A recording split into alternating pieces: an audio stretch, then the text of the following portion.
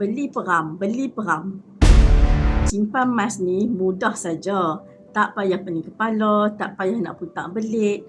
Straight to the point, okay? Beli emas, dapat emas. Beli harga rendah, jual harga tinggi. Buat belian pertama dahulu di akaun Muscat Public Gold, 1 gram ke, RM100 ke. Kemudian, keluarkan emas fizikal tersebut. Rasa sendiri macam mana kita pegang emas 999 kat tangan. Tak sama dengan 916. Keuntungan emas hanya persoalan masa saja untuk simpan jangka masa panjang.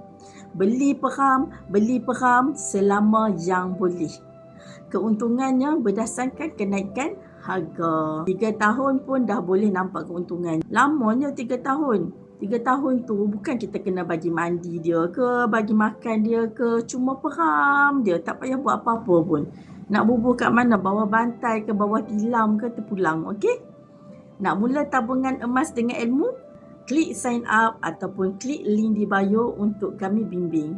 Puan Nashiah adalah salah seorang daripada dealer kami yang proven terlatih. Sekiranya tuan-puan nak berdaftarkan akaun, pastikan berdaftar dengan Puan Nashiah.